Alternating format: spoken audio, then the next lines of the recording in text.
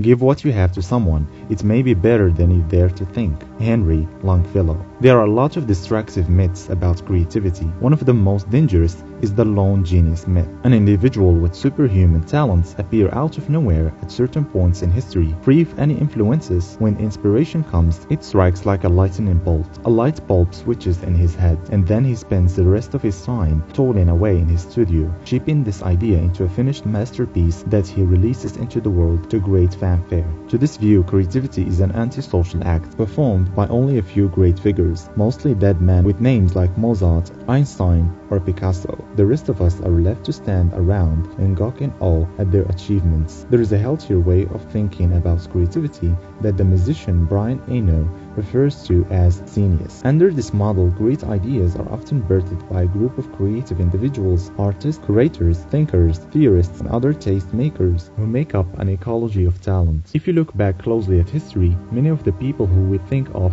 as lone geniuses were actually part of a whole scene of people who were supporting each other, looking at each other's work, copying from each other, stealing ideas, and contributing ideas. Good work isn't created in a vacuum. Creativity is a collaboration, the result of a mind connected to other minds. Genius makes room in the story of creativity for the rest of us.